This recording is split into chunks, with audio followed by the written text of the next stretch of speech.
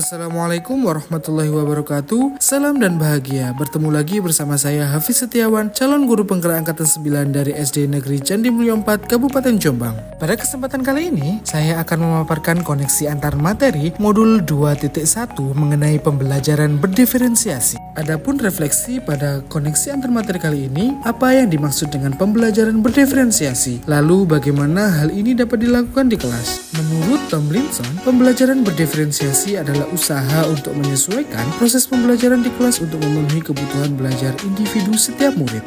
Pembelajaran berdiferensiasi juga didefinisikan sebagai serangkaian keputusan masuk akal atau common sense yang dibuat oleh pendidik yang berorientasi kepada kebutuhan murid. Selanjutnya, penerapan pembelajaran berdiferensiasi di kelas. Yang pertama adalah menentukan tujuan pembelajaran. Yang kedua, menganalisis kebutuhan belajar murid dengan melaksanakan asesmen diagnostik, baik kognitif maupun non-kognitif. Yang ketiga adalah menganalisis penerapan 3 strategi diferensiasi, yaitu konten, proses, dan produk. Yang keempat, mengimplementasikan pembelajaran berdiferensiasi di kelas. Dan yang terakhir, melakukan asesmen pembelajaran yang disesuaikan dengan tujuan pembelajaran. Lantas refleksi selanjutnya, bagaimana pembelajaran berdiferensiasi dapat memenuhi kebutuhan belajar murid.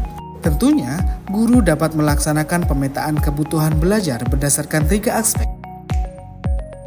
Guru perlu melihat kesiapan belajar murid untuk mengetahui dan mengidentifikasi kapasitas murid dalam mempelajari materi, konsep, atau keterampilan baru. Yang kedua, minat belajar murid. Guru memberikan pilihan kepada murid untuk belajar sesuai dengan minat mereka. Belajar sesuai minat dapat meningkatkan motivasi murid untuk belajar. Dan yang ketiga adalah profil belajar murid. Guru memberikan kesempatan kepada murid untuk belajar secara alami dan efisien.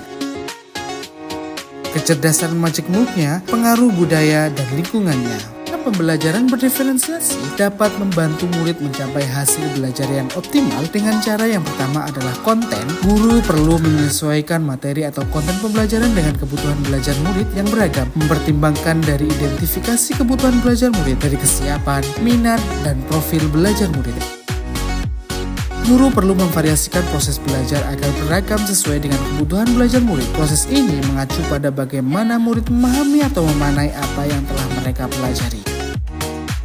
Guru perlu memodifikasi tugas produk yang akan dihasilkan murid sesuai dengan konten yang telah mereka pelajari dan proses yang telah mereka lakukan.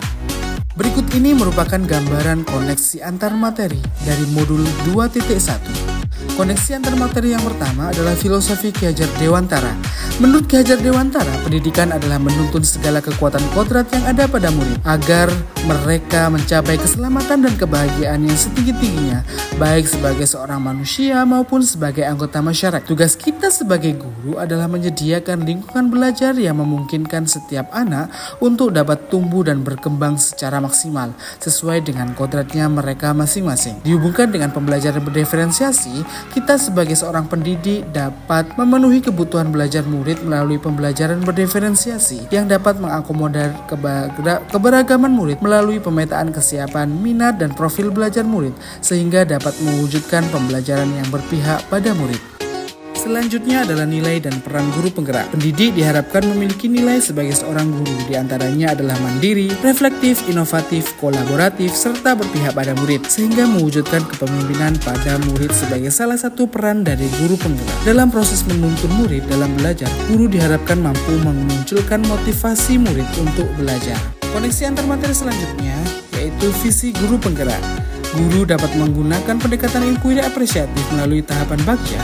Guru dapat mengidentifikasi hal baik tentang apa yang telah dimiliki sekolah, mencari tahu bagaimana hal tersebut dapat dipertahankan, dan memunculkan strategi untuk mewujudkan perubahan ke arah yang jauh lebih baik, menjadikan kekuatan murid sebagai sebuah aset untuk membangun visi yang diimplementasikan sesuai profil pelajar Pancasila.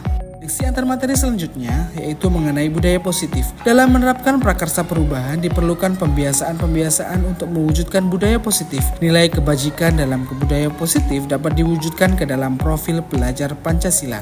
Posisi kontrol guru yang paling baik adalah sebagai manajer dan mampu menerapkan segitiga restitusi. Kesimpulan dari koneksi antar materi kali ini adalah guru dapat merancang pembelajaran yang berpihak pada murid, menggunakan pembelajaran berdiferensiasi dengan mengakomodasi berbagai perbedaan murid. Melalui identifikasi kebutuhan belajar murid, dan guru dapat meningkatkan nilai dan peran sebagai guru penggerak dalam mewujudkan budaya positif sesuai dengan profil pelajar Pancasila. Demikianlah pemaparan koneksi antar materi modul 2.1. Saya Hafiz Setiawan, salam guru penggerak, tergerak, bergerak, dan menggerakkan. Wassalamualaikum warahmatullahi wabarakatuh.